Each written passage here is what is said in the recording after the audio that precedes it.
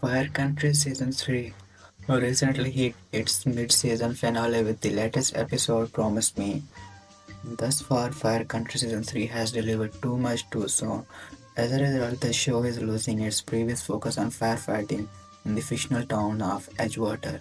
Additionally, the show is spreading itself too thin with its abundance of new characters, subplots, and increasingly overbearing romantic melodrama. Fire Country works best when it focuses on the firefighting aspect. With that in mind, it's a good time to examine Season 3's overall performance up to this point. Fire Country is losing sight of what brought it to the dance. At its heart, Fire Country is a show about the firefighters of Edgewater, the greatest past of the Fire Country or the firefighting sequences, and the show truly shines when it leans on the action-adventure elements over the dramatic elements. The series works best when Division 1501 or the three rogue inmate firefighters put aside their differences or past issues for the greater good. Fire Country is a show about people of various backgrounds coming together to help others, which is best exemplified by the three rogue firefighters. When confined to the three rogue conversation camp, Bode Leone, Max Thieriot, and the other inmates work to put the demons of their past behind them and improve their lives. Freddie Mills in Season 1 and Cole Rodman in Season 2 also demonstrates how the series excels when it showcases the heroics of the firefighters and convicted criminals seeking atonement for their past crimes through firefighting. To some extent, the format of Season 3 has changed. Bode has been released from prison and he is now a recruit in Cal Fire's 150 First Division.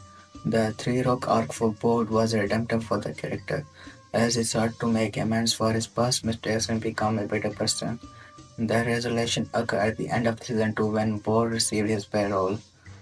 While it's interesting to see Bode progress in his journey, the series has moved a bit too far away from the thrills and excitement of firefighting in favor of personal drama. Fire Country has been leaning too much on romantic melodrama. Romantic melodrama problem with Fire Country technically started in Season 2 with the love triangle featuring Bode, Gabriela Perez, and Diego Moreno. Even with Gabriela breaking up with Diego early in Season 3, the issues with the romantic subplots in Fair Country have grown far worse.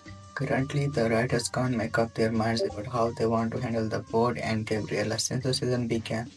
The incessant parade of will they, will not they scenes involving Bode and Gabriela have become tiresome.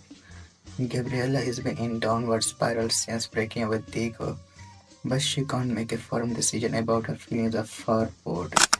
Additionally, Gabriela's drunken fling with Jake Crawford in Season 3 Episode 7 false alarm while also maddening. At this point, Bode potentially sparking up romance with Audrey James would be a preferable choice, although the writers seem determined to keep Bode and Gabriela as the show's perpetual endgame pairing. Bode and Audrey are a breath of fresh air by comparison. The characters constantly acting so hung up about their relationship status hurts the show. It's difficult to like Jake and Gabriela when they let their recent drunken flinch affect their work in the field, and it was the same with Bode and Gabriela. Fire Country Season 3 has been adding too many unnecessary subplots. Fire Country adding too many ongoing subplots takes away from the suspense of the firefighters, which has been another problem with Season 3. The process of Sharon and Vince Leone buying Smokey has added little to the show's overall quality. Early in Season 3, Sharon, with no experience running or managing a bar in Girl, decided to buy Smokies on a whim. Yes, Smokies was a great hangout place for the Edgewater's firefighting community, yet this subplot has hindered the intrigue of how Sharon regained her old position as a division chief of 1501. Her brother-in-law Luke Leon was the interim holder of that position, and Sharon implied that she would fire Luke to get her old job back in Season 2. Instead, that whole subplot was quietly resolved. The Leons becoming Smokey's new owners has not brought much to the table other than weighing down the rest of the show, depicting the couples running a business in addition to their hectic careers as firefighters. Furthermore, Season 3 has introduced new recurring characters such as Audrey and the family of Eve Edwards.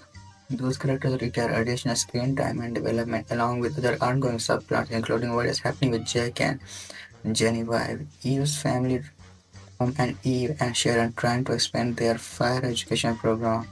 Also, many players has narratively taken over board's press in Three Rogue to ensure the inmate firefighting camp receives continued representation in the series. This has resulted in a top-heavy Fire Country Season 3 with surplus subplots. The series could use some streamlining when it comes again later next year. Fire Country Season 3 could stand to streamline its plot when it returns. Fire Country concluded its mid-season on a major cliffhanger with 1501 and the Three Rogue dealing with the field fire on the farm of Eve's estranged family. Several main cast members, specifically Bode, Audrey, and Gabriela, remain in certain peril by the end of the episode.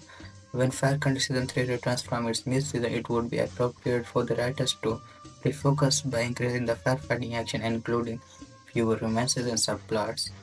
Captain Case's time on the show looks to be over for the time being, though his multi-episode arc might set up a potential spin-off series.